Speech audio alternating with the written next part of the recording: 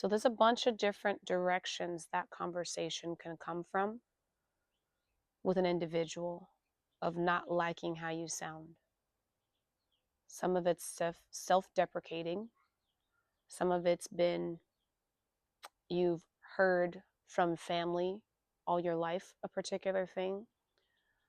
Sometimes it's just being baffled how different it sounds in a recording versus how it sounds in your head.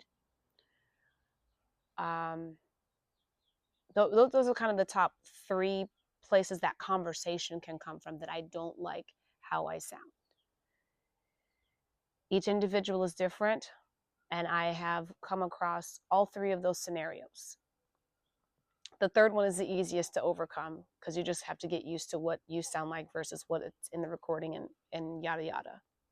It's not necessarily not liking how you sound, it's like you're confused on why it doesn't match. That's probably the easiest one to overcome. The most difficult one to overcome is the self-deprecating. Let's address the family one because that's also a little bit easier to address than the number one reason.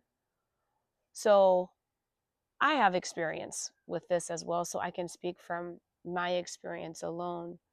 So I grew up in a family that sings, musicians, singers, and I have been in the past put in a box. Marlena sings the high stuff. Marlena does the Disney stuff. She can hold it down and not get hoarse.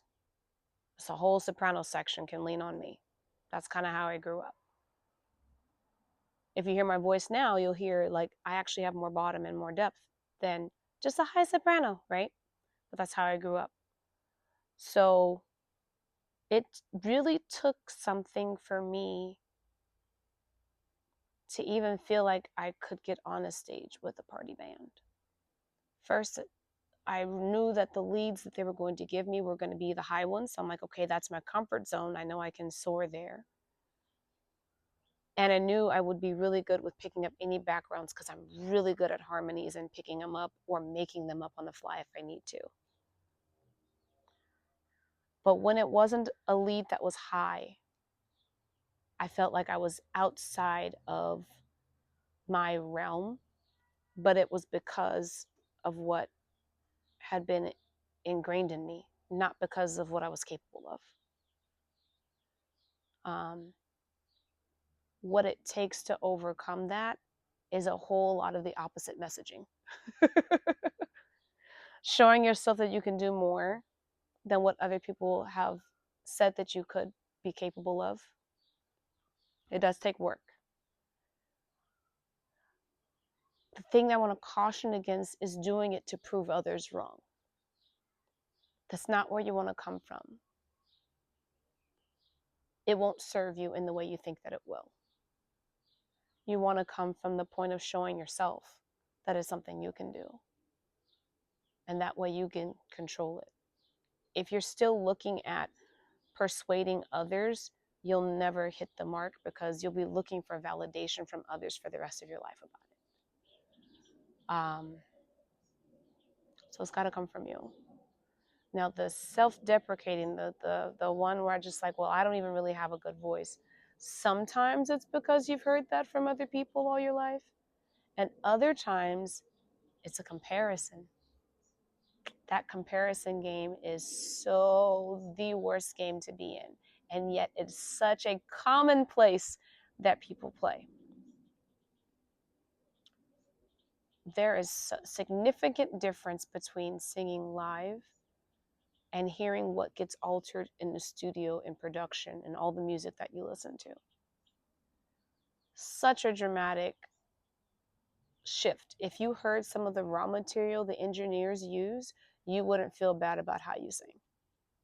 Unfortunately, we don't have access to those kind of things. This one's a tough one to overcome, and it does take time. It does take hearing over and over again what you're doing well and what sounds amazing, and you beginning to see and hear for yourself the goods that you have. It does take time. And it does take someone who will be completely open and honest with you, not just someone to puff you up and make you feel like you're doing something that you're not. So get a coach. um, it takes so much more time, and it really takes a complete alteration and transformation to overcome that self-talk. That self-talk that didn't come from anybody else. It just came from you. That's a tough one. And I'm with my students every step of the way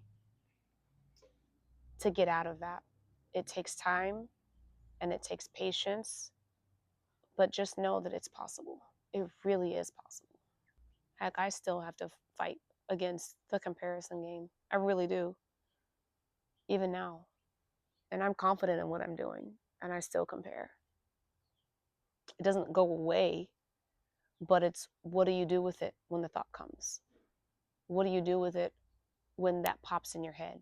How do you deal with it? How do you handle it? Do you give it time and energy? Or do you remember, I'm just different? Of course, it's not going to be the same. I'm different. I'm a different person. If people wanted to hear the same thing, they would just, I mean, a lot of artists are sounding the same, and it's kind of boring though, if you think about it. Having things be the same everywhere is really boring. So just remember that you can be unique. Be unique.